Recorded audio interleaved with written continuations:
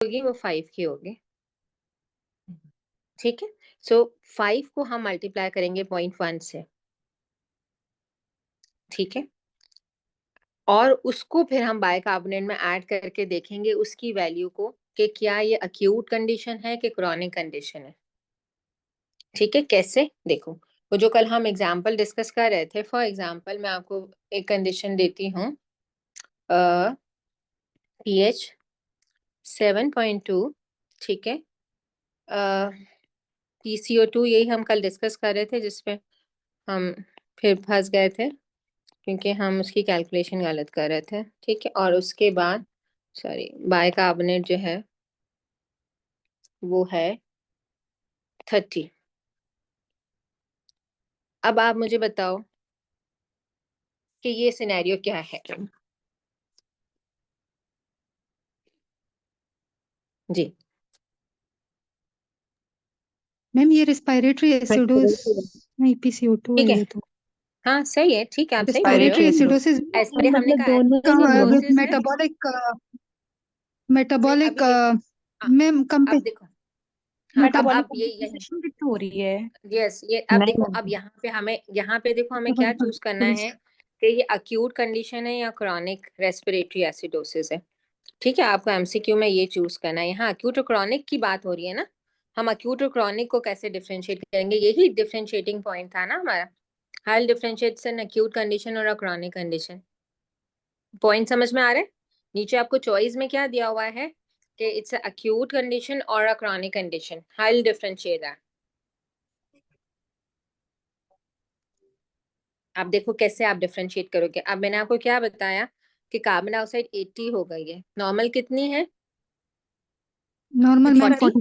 45 45 ठीक है, 40 45 ले लो आप। ठीक है, चलो हम 40 पे एक लॉक कर लेते हैं कि 40, क्योंकि 45 जो है वो वीनस ब्लड में होती है ना, आर्टीरियल ब्लड में इट्स 40। ठीक हो गया, सही है। अब 40 के बाद कितनी बड़ी है, 50 60 70 80, 40 का राइज है ना। यस मैम डबल है ठीक है, 80 माइनस 40 इज 40 का राइज है। ठीक है, 40 mmHg का राइज है कार्बन डाइऑक्साइड में। अब हम इसको किस फैक्टर से मल्टीप्लाई करेंगे, किस फैक्टर से मल्टीप्लाई करेंगे, 0.0 क्यूट में मैम 0.1 से मल्टीप्लाई करेंगे। ठीक है, 40 से 0.1 से जी मल्टीप्लाई किया तो ये क्या आया, 4 आया, 4। 4 आ गया। ठीक, 4 मिली इक्विवेलेंट पर लीटर आया ये। ठीक है, इस 4 को हम क्या करेंगे, बाइकार्बोनेट की जो नॉर्मल वैल्यू होती है, उसमें प्लस करेंगे। कितनी बाइकार्बोनेट की नॉर्मल वैल्यू होती है, 22 से 26 के बीच में। ठीक है, तो हम अगर 24 ले लेते हैं फॉर एग्जांपल, 24 बीच वाली ले लेते हैं। ठीक है, अब 26 ले लो। ठीक है, उसमें हम प्लस करते हैं। ठीक है, 26 लेके प्लस कर लो, 24 लेके प्लस कर लो, जिसको प्लस करना है कर लो। ठीक है, तो ये 28 या 30 आती है। जी सही है, ठीक है। जी अब ये क्या शो कर रहा है कि ये अक्यूट रेस्पिरेटरी है, क्योंकि अगर इसको क्रॉनिक होना होता तो क्रॉनिक के लिए कितना इसको मल्टीपल चाहिए था। अगर ये क्रॉनिक कंडीशन होती है, उसको वो भी करके देखते हैं। 40 को 0.4 हम के किस, साथ। यस 0.4 से मल्टीप्लाई करते, जो कि 16 बनता। कितना बनता, 16 बनता। तो हमें 24 में या 26 में कितना प्लस करना पड़ता, 16। यानी बाइकार्बोनेट की वैल्यू कितनी होनी चाहिए थी अगर ये क्रॉनिक रेस्पिरेटरी एसिडोसिस है तो, कितनी होनी चाहिए थी अगर ये क्रॉनिक रेस्पिरेटरी 40 या एसिडोसिस होता, 42। तो ये 42 38 या 40, जो भी जितना भी बना है, 30 40, हाँ 40 या 42 होनी चाहिए थी। अब ये कितनी है, 30 ठीक है, तो ये किसकी तरफ जो है, ये एक्यूट क्या की तरफ। बता रही है, अक्यूट है। समझ आया ये, कल बेसिकली ये कैलकुलेशन थी जो हमने रफी से भी वो पॉइंट किया था, उसका भी पर्पस यही था, बट हमने उसको इंटरप्रेट गलत किया था। ठीक है, ये कब की बात करें हम, मैम ये अक्यूट क्रॉनिक में स्लैश, एक मैम सेकंड पहले मुझे जरा सा एक मैं बताना, अक्यूट स्लैश रेस्पिरेटरी एसिडोसिस। ठीक है, हमने क्या किया, मैं फिर से रिकैप करती हूँ, हमने क्या किया, जो वैल्यू हमें, हमने पहले देखा कि भाई एसिडोसिस है कि नहीं है, हमने दूसरे स्टेप पे ये देख लिया कि रेस्पिरेटरी है, ये भी हमने देख लिया। देखो इस फिगर से इसमें तो कोई कंफ्यूजन नहीं है कि it's a respiratory acidosis. Confusion कहाँ है कि इट्स अक्यूट रेस्पिरेटरी एसिडोसिस और क्रॉनिक रेस्पिरेटरी एसिडोसिस, इसी में कंफ्यूजन है ना। Yes ma'am. यस ठीक हो गया। मैम। अब उसको देखने के लिए हम क्या करेंगे, उसको देखने के लिए हम क्या करेंगे, तीसरा स्टेप हम देखेंगे कि कार्बन डाइऑक्साइड कितनी बड़ी हुई है नॉर्मल से। ठीक है, नॉर्मल से कितनी बड़ी हुई है, जितनी भी बड़ी हुई होगी नॉर्मल से बड़ी हुई होगी, ठीक है, उसको हम 0.1 से मल्टीप्लाई करेंगे। ठीक है, अगर वो वैल्यू जो है वो इस जो गिवन क्वेश्चन की वैल्यू के बराबर आ रही है, इट मीन्स ये अक्यूट कंडीशन है। अगर वो गिवन क्वेश्चन की वैल्यू से, जो गिवन क्वेश्चन में वैल्यू है उससे बहुत कम आ रही है, तो ये कौन सी कंडीशन है, क्रॉनिक कंडीशन है। कितने लोगों को ये बात समझ में आ गई। फिर रिवाइज करवा। समझ आ गई मैम। ठीक है, अब देखो क्रॉनिक क्लियर है। अब देखो मैम वो पहले वाले बात में तो आपने बेटा बोलो, वापस से बोलो जी, मैं फिर से रिपीट करती हूँ, लेकिन अब मैं अल्कलॉसिस के साथ रिपीट करती हूँ। अब सब्र करो, अब यही मैं रिपीट करती हूँ लेकिन हम अल्कलॉसिस के साथ इसको करते हैं। ठीक है, ये आप लोगों ने नोट कर लिया, मैं इसको इरेज कर दूं, जगह नहीं है मेरे पास अभी।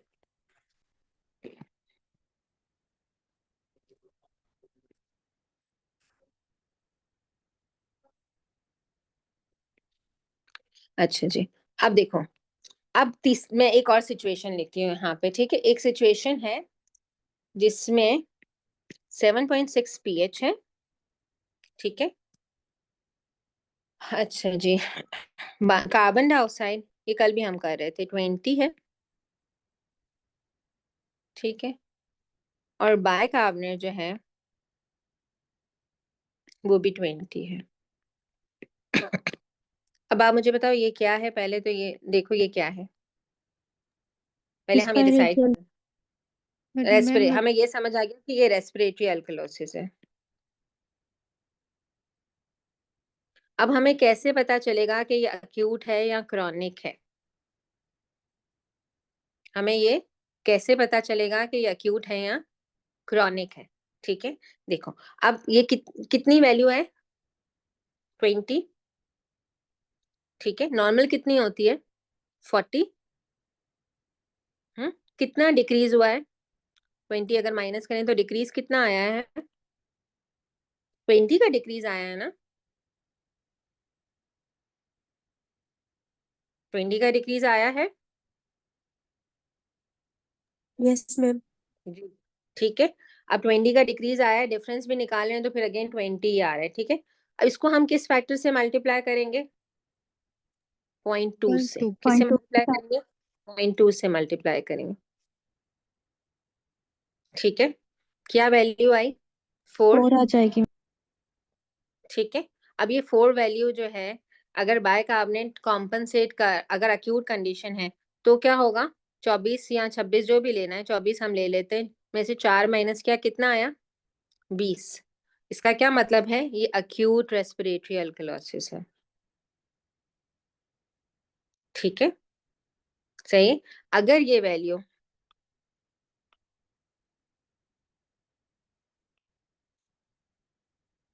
8 होगा ना, 20 मल्टीप्लाई बाय 0.4, हाँ, अगर ये वैल्यू 8 कम हो रही होती, यानी ये कि हम अगर बात कर रहे होते कि ये 24 माइनस 8 होता, वैल्यू कितनी हो जाती, 16।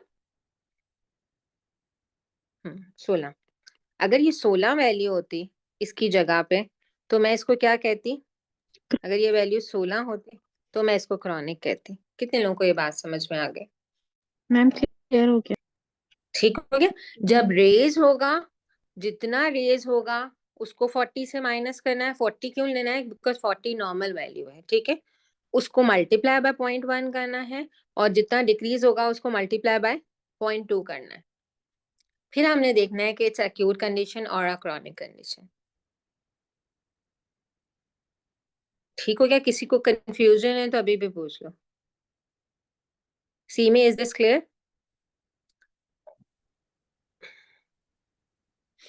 मैम ये वैल्यूज जो है हम हमेशा कार्बन डाइऑक्साइड में ही माइनस करेंगे, यानी PCO2 जैसे आपने कहा है कि यस बिल्कुल, क्योंकि रिस्पायरेशन में ही एक्यूट और क्रॉनिक है ना, मेटाबॉलिक में नहीं है, तो इस वजह से यस, हम मेटाबॉलिक में अक्यूट और क्रॉनिक नहीं है। ठीक है, मेटाबॉलिक के अंदर अक्यूट और क्रॉनिक नहीं है।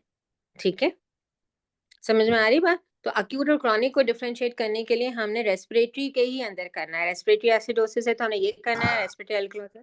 ये मैं कब कह रही हूँ, जब आपको देखो, ये आप किस वक्त करोगे, ये आप उस वक्त करोगे जब आपको ऑप्शन समझ नहीं आ रहा कि यहाँ पे आपको इस तरह से दिया हुआ है, तो ये आप इस पे कॉम्पनसेशन पे टिक करना चाहिए कि अक्यूट रेस्पिरेटरी एसिडोसिस पे टिक करना चाहिए कि क्रॉनिक रेस्पिरेटरी एसिडोसिस कॉम्पनसेशन लिखा हुआ है। अब वहां फंस जाओगे ना, वहां आपको नहीं पता चलेगा ना कि without knowing the exact values के ये क्या है।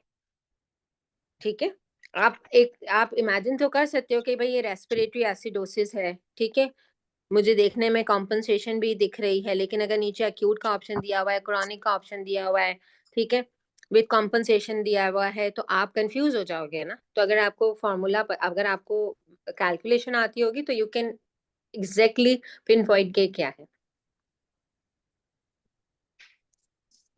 मैम ये एक्यूट और क्रॉनिक में तो जो मल्टीप्लिकेशन है, एक्यूट में जैसे एक्यूट रिस्पायरेटरी एसिडोसिस में तो आपने उसको 0.1 से मल्टीप्लाई किया, यानी 40 से माइनस करके 0.1 से मल्टीप्लाई किया, सॉरी 80 से माइनस 40 किया तो 40 आया, तो उसको आपने 0.1 से मल्टीप्लाई कर लिया। तो इनकी तो मैम वैल्यू चेंज है ना, एक्यूट में 0.1 है और क्रॉनिक में 0.4 है, एसिडोसिस की बात कर रही हूँ। इसी तरह अल्कलोसिस में 0.2 है और क्रॉनिक में 0.5 है।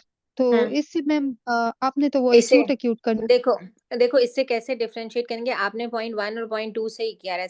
ठीक है, अगर वो जो वैल्यू आपकी आ रही है बाइकार्बोनेट की, ठीक है, वो वैल्यू वही है जो क्या आपके क्वेश्चन में गिवन है, तो वो कंडीशन हो गई अक्यूट। अगर उससे बहुत डिफरेंट वैल्यू गिवन है, उससे बहुत ज्यादा, जैसे यहाँ पे अगर हम क्रॉनिक रेस्पिरेटरी एसिडोसिस की बात करेंगे, तो अगर बाइकार्बोनेट की वैल्यू जो गिवन है, एक्चुअली जो आई है, जो गिवन है उससे गिवन वाली उससे बहुत ज्यादा है, तो फिर आप इन्फ्रेंस क्या निकालोगे, ये क्रॉनिक है। आप 0.4 से नहीं करने बैठ जाना फिर से, ठीक है, कि ये क्रॉनिक है। ठीक है, जो वैल्यू आप निकाल रहे हो, अगर जो बाइकार्बोनेट की वैल्यू गिवन है, ठीक है, उसके बराबर आ गई तो ये हो जाता है एक्यूट है। ठीक है, लेकिन अगर उससे बहुत इंक्रीज आ रही है, उससे बहुत डिक्रीज आ रही है, तो फिर आप क्या इन्फर निकालोगे कि ये क्रॉनिक है। ठीक है मैम। क्लियर हो गया? अच्छा जी, अब हम सबसे पहले जो है ना कर लेते हैं एसिडिफिकेशन ऑफ यूरिन, क्योंकि कल उसके 2-3 एमसीक्यूज के क्वेश्चंस भी आ रहे थे। अच्छा, सबसे पहले आप देखो, आपको बात ये समझने की जरूरत है कि किडनी का one of the function of the kidney is to excrete the acidic urine. Agree?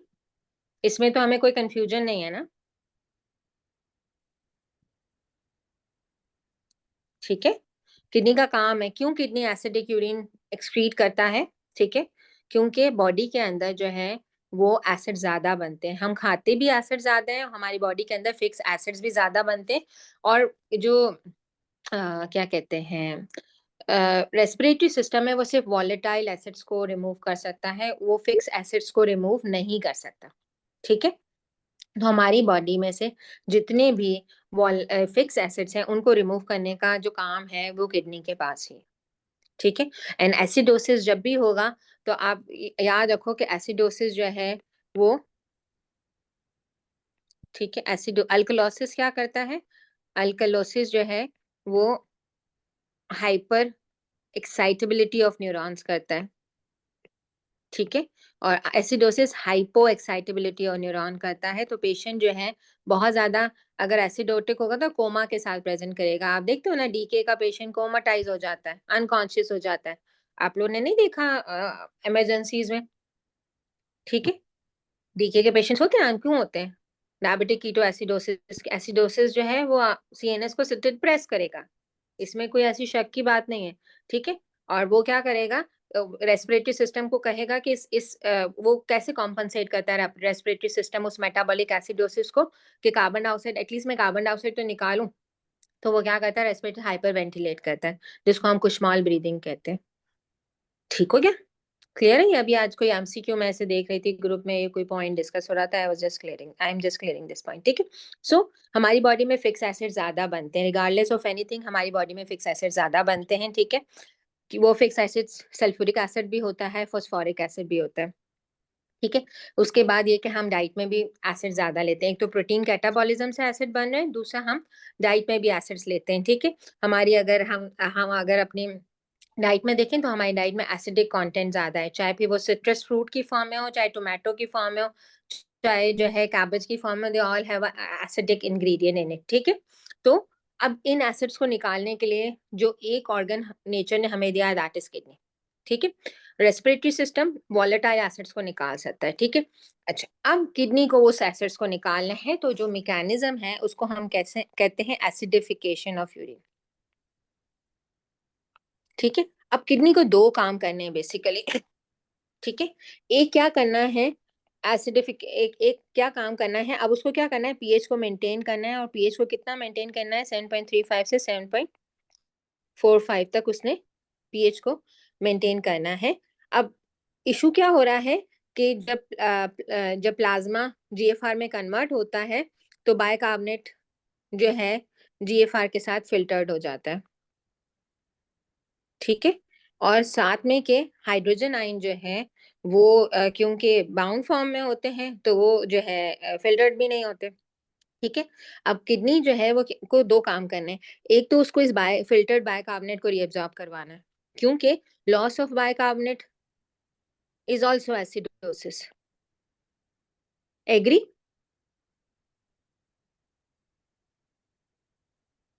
Loss of bicarbonate is acidosis, तो उसको क्या करना है, इस फिल्टर्ड बाइकार्बोनेट को रीअब्सॉर्ब कराना है, ठीक हो गया? दूसरा उसको क्या करना है, हाइड्रोजन आयंस को सिक्रीट करवाना है, ठीक है? ताकि एक्स्ट्रा एसिड से हम गेट रिड और हो सके, ठीक हो गया? अच्छा, अब मसला क्या है कि जब हाइड्रोजन आयन सिक्रीट होते हैं तो रीनल ट्यूबुलर की जो पीएच होती है, रीनल ट्यूबुलर फ्लूइड की, जिसको हम ट्यूबुलर फ्लूइड कहते हैं, ठीक है? उसकी पीएच जो है वो कम हो जाती है, ठीक है? अब ये जब अगर बहुत कम हो जाए, ठीक है, तो हाइड्रोजन आयन की सिक्रीशन जो होती है वो स्टॉप हो जाती है। वो क्या हो जाती है, हाइड्रोजन आयन की सिक्रीशन क्या हो जाती है, स्टॉप हो जाती है, ठीक हो गया? तो अब क्या करे किडनी, तो किडनी क्या करता है, किडनी इज वेरी स्मार्ट, उसके पास बफर्स है, ठीक है? उसके पास क्या है, बफर्स है। बफर्स क्या करते हैं, जब हाइड्रोजन आयन सिक्रीट होता है, ठीक है, तो ये बफर जो है हाइड्रोजन आयन के साथ कंबाइन हो जाते हैं, क्योंकि हाइड्रोजन आयन ड्रास्टिकली पीएच को काम करता है। ये बफर्स हाइड्रोजन आयन के साथ कंबाइन हो जाते हैं, ठीक है, और हाइड्रोजन आयन को अकेला एक्सक्रीट नहीं होने देते, ठीक है? तो अब आ जाती है हमारे पास कि किडनी में कौन से बफर्स है। Remember please, bicarbonate renal buffer नहीं है, ठीक है? बाइकार्बोनेट ब्लड का बफर है, ठीक है? सही है? बाइकार्बोनेट जो है वो ब्लड का बफर है, ठीक है? वो रीनल बफर नहीं है। तो रीनल बफर कौन कौन से हैं, ठीक है? प्लाज्मा बफर है, ठीक है? तो रीनल बफर कौन कौन से, रीनल बफर दो हैं, ठीक है? एक है फॉस्फेट बफर्स, ठीक है, और दूसरा है अमोनिया बफर, ठीक हो गया? अब जो फॉस्फेट बफर है वो क्या होता है, फॉस्फेट भी ग्लोमेरुलर से फिल्टर्ड होता है, ठीक है? और उसकी 90% रिएब्जॉर्प्शन हो जाती है डिस्टल कॉन्वोलेटेड ट्यूब्यूल पे, ठीक है? यानी जो है मेनली 80% जो है वो पीसीटी से रिएब्जॉर्ब हो जाता है, 10% वो डिस्टल और असेंडिंग लूप से एब्जॉर्ब हो जाता है, पीछे 10% बचता है। वो 10% जो है हाइड्रोजन के साथ में के फॉस्फेट बफर जो है H2PO2 बनाता है, ठीक है, जो कि एक्सक्रीट होता है, ठीक है? और और इसको हम कहते हैं ये टाइट्रेबल बफर है, टाइट्रेबल एसिड बनता है। ये कौन सा एसिड है, टाइट्रेबल एसिड है। कौन सा एसिड है, जिसको हम टाइट्रेट कर सकते हैं, यानी जिसको हम अगेंस्ट जो है बेस जो है उसको हम टाइट्रेट कर सकते हैं, ठीक है? अब आ जाते हैं अमोनिया बफर, जो किडनी के रीनल ट्यूबुलर सेल्स होते हैं वो ग्लूटामीन से, किससे, ग्लूटामीन से अमोनिया बनाते हैं, ठीक है? और ये अमोनिया जो है अमोनिया की फॉर्म में इसमें भी हाइड्रोजन है या अमोनियम की फॉर्म में, ठीक है, हाइड्रोजन आयन को कैरी करता है और यूरिन में एक्सक्रीट करता है, ठीक है। तो रीनल बफर कौन कौन से हुए, फॉस्फेट बफर और अमोनिया बफर। अमोनिया किससे बना, ग्लूटामीन से। अब अगर आप कहो कि पावरफुल कौन सा है, ठीक है, फॉस्फेट बफर ज्यादा पावरफुल है या अमोनिया बफर ज्यादा पावरफुल है, ठीक है। तो हम जब बात करते हैं बफर्स की तो हम दो फॉर्म में बात करते हैं, एक है उसकी क्वालिटी, एक है उसकी क्वांटिटी, ठीक है। अगर क्वालिटी के हिसाब से देखें तो फॉस्फेट बफर अच्छा है, लेकिन इसका ड्रॉबैक क्या है कि इसका अमाउंट जो है वो फिक्स्ड फिल्टर्ड होता है, ठीक है। इसको हम बढ़ा नहीं सकते, इसको किडनी बढ़ा, अगर बॉडी में एसिडोसिस है तो किडनी फॉस्फेट को बढ़ा नहीं सकता कि ज्यादा हाइड्रोजन एक्सक्रीट हो। दोनों फॉर्म में होता है फिजा, अमोनिया की फॉर्म में भी होता है और अमोनियम की भी फॉर्म में होता है। क्या एमसीक्यू में पूछा गया है कि अमोनिया की फॉर्म में है कि अमोनियम की फॉर्म में है? ओ एमसीक्यू शेयर करो, और क्या उसमें दिया हुआ है उसमें एमसीक्यू फिजा शेयर करो, मैं देखती हूँ एमसीक्यू में क्या दिया हुआ है।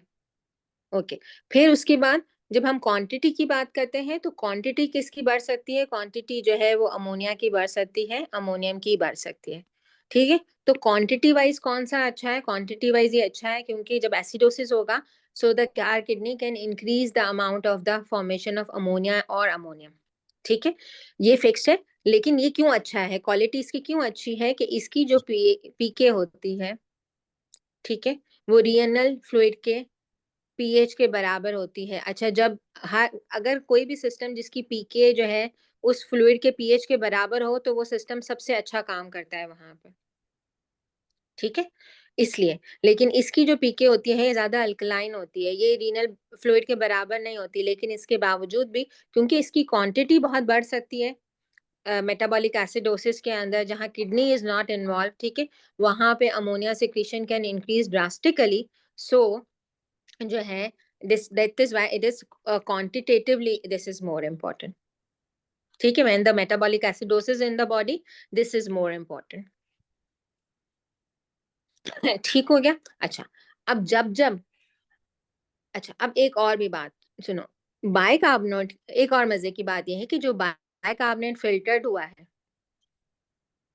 ठीक है, उसको रीअब्सॉर्ब होने के लिए भी हाइड्रोजन आयन चाहिए होता है,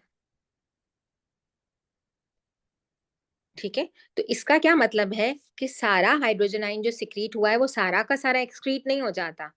बॉडी को देखो, अगर सारा का सारा हाइड्रोजन एक्सक्रीट हो जाएगा तो बॉडी की पीएच अल्कलाइन हो जाएगी। वी डू नॉट वांट के होम्योस्टेसिस इतना डिरेंज हो जाएगा। किडनी का क्या काम है, होम्योस्टेसिस को मेंटेन करना, कि बॉडी की पीएच थोड़ी सी अल्कलाइन हो, थोड़ी सी कितना मतलब 7.4 की रेंज में अल्कलाइन हो, ठीक है ना। तो वो क्या करता है, जो है वो क्या करता है कि जो हाइड्रोजन बाइकार्बोनेट फिल्टर्ड होता है वो हाइड्रोजन आयन के साथ कंबाइन होता है और ये वाला हाइड्रोजन एब्जॉर्ब हो जाता है। अब बाइकार्बोनेट सारा का सारा रीअब्जॉर्ब हो गया इस तरह से। अब जिस हाइड्रोजन को बाइकार्बोनेट नहीं मिलता, ठीक है, जिसको ये नहीं मिलता, उस हाइड्रोजन को बेसिकली उसकी डेस्टिनेशन में एक्सक्रीट होना, ठीक है। और वो कितना है, वो तकरीबन 80 मिलीमोल्स होता है पर डे, सही। और इसके लिए फिर ये फॉस्फेट बफर और अमोनिया बफर काम करते हैं। जब जब फॉस्फेट और अमोनिया बफर के थ्रू हाइड्रोजन एक्सक्रीट होगा, ठीक है, तो एक न्यू बाइकार्बोनेट जो है वो सिस्टम में ऐड होता है। This is called the formation of the new bicarbonate. This is called the, यानी एक तरफ वो हाइड्रोजन को भी एक्सक्रीट करें, दूसरी तरफ वो नया बाइकार्बोनेट सिस्टम को बना के दे रहे हैं। आई थिंक इतनी नॉलेज से आपके ये सारे एमसीक्यूज कवर हो जाएंगे। अगर आपको इसमें और भी डिटेल रिक्वायर्ड है तो मैं आपको पिक्चर्स के थ्रू भी इसको एक्सप्लेन कर देती हूँ। सो पहली पिक्चर, ठीक है, कि जो फिल्टर्ड बाइकार्बोनेट हुआ है इसको रीअब्सॉर्ब करवाना जरूरी है। इसके लिए हाइड्रोजन आयन जो है पीसीटी के अंदर जो एंटीपोर्ट के थ्रू सिक्रीट हुआ था सोडियम के साथ, ठीक है, कंबाइन होगा और ये जो है एब्जॉर्ब हो जाएगा, ठीक है, ये एक्सक्रीट नहीं होगा, ठीक है। उसके बाद जो बच गया वो हाइड्रोजन, जिसको कि बाइकार्बोनेट यहाँ नहीं मिला, यहाँ बाइकार्बोनेट अब खत्म हो गया है, यहाँ उसको बाइकार्बोनेट नहीं मिला, ठीक है।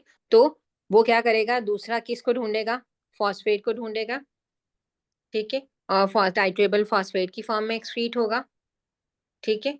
अगर ये भी नहीं हुआ, ठीक है, सही है, तो वो अमोनियम की फॉर्म में एक्सक्रीट होगा, वो अमोनिया की फॉर्म में भी एक्सक्रीट होता है, ठीक है। लेकिन अगर एमसीक्यू में है, जैसे यहाँ पे इन्होंने दिखाया है, तो आप अमोनियम को प्रेफर करो। गाइटन के अंदर अमोनिया भी दिया हुआ है, अमोनियम भी दिया हुआ है। बीआरएस में सिर्फ अमोनियम की फॉर्म में एक्सक्रीट दिया हुआ है, तो अगर चूज करना है तो फिर अमोनियम को चूज करो, ठीक है, क्लियर है। और जब जब ये इस तरह से एक्सक्रीट होगा, ठीक है, तो न्यू बाइकार्बोनेट रीएब्सॉर्ब होगा, ये भी एमसीक्यू में आता है, ठीक है। ये न्यू बाइकार्बोनेट है, और ये जो हो रहा है ये रिप्लेसमेंट है,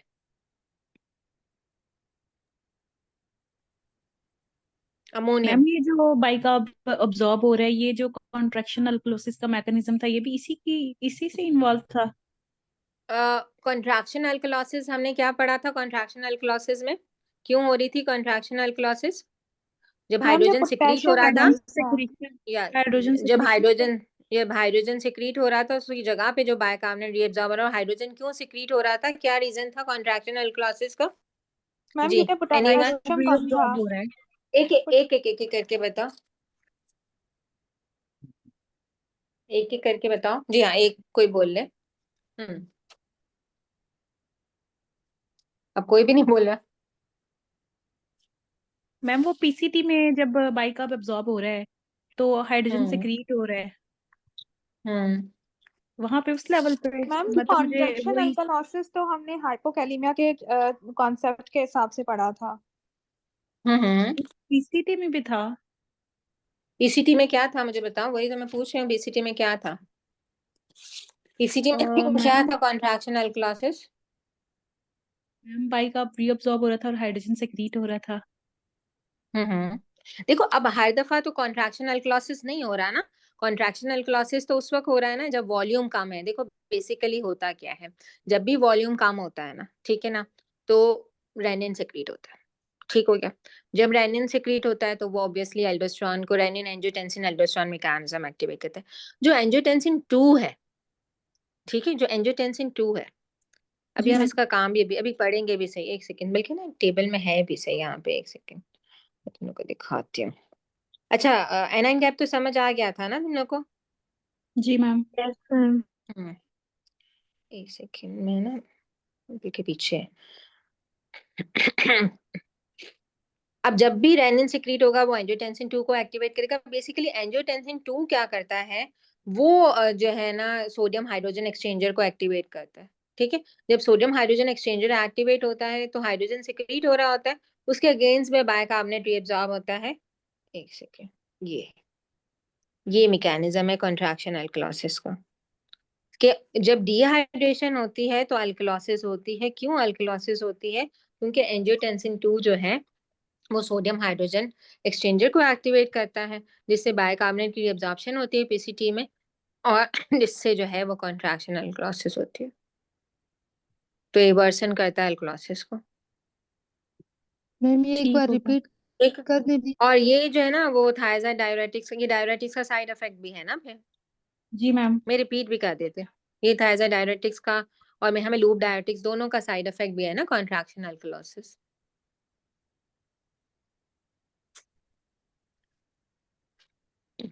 क्या रिपीट करना है बेटा, यही पॉइंट? यस मैम, ये कॉन्ट्रैक्शन देखो कॉन्ट्रैक्शन का क्या मतलब है, कॉन्ट्रैक्शन का मतलब है वॉल्यूम का कम होना, ठीक है। मैं वापस से रिपीट कर रही हूँ, कॉन्ट्रैक्शन का मतलब होता है वॉल्यूम का कम होना। सो बेसिकली कॉन्ट्रैक्शन अल्कलोसिस जो टर्म यूज होती है, ठीक है, कॉन्ट्रैक्शन अल्कलोसिस का क्या मतलब है कि जब जब वॉल्यूम कम होता है बॉडी के अंदर तो ये अल्कलोसिस को फेवर करता है, ठीक है। तो बेसिकली हम डिस्कस करें कि कॉन्ट्रैक्शन अल्कलोसिस का मैकेनिज्म क्या है। हम ये कह रहे हैं कि जब जब वॉल्यूम कम होता है, ठीक है, तब तब renin angiotensin aldosterone mechanism activate होता है। और ये रेनिन एंजियोटेंसिन में से जो एंजियोटेंसिन है, ठीक है, ये एंजियोटेंसिन जो है पीसीटी के अंदर जो सोडियम हाइड्रोजन एक्सचेंजेस होते हैं, जो एंटीपोर्स होते हैं, ये इनको एक्टिवेट और ज्यादा करता है।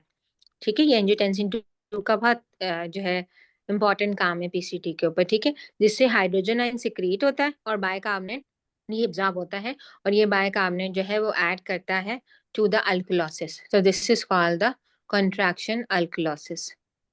ठीक है, सो बेसिकली थायाजाइड डायूरेटिक्स का ये एक साइड इफेक्ट भी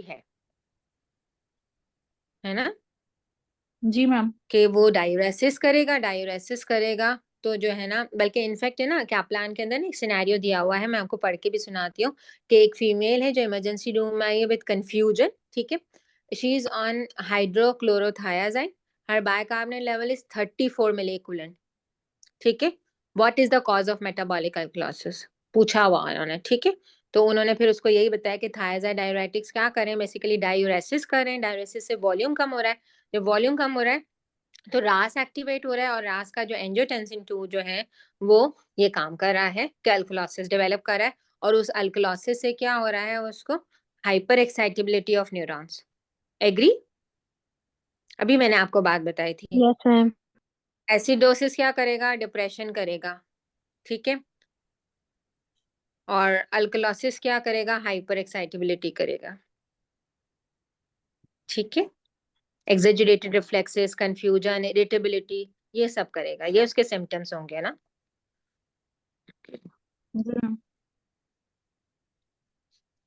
नाउ इज दिस क्लियर कि बाइकार्बोनेट किस तरह से, न्यू बाइकार्बोनेट फॉर्मेशन, ग्लूटामीन का role, ammonium buffers, renal buffers, ये क्लियर हो गया? इसमें कोई कंफ्यूजन तो नहीं है आपको? बिकॉज मैम 1 मिनट रह गया।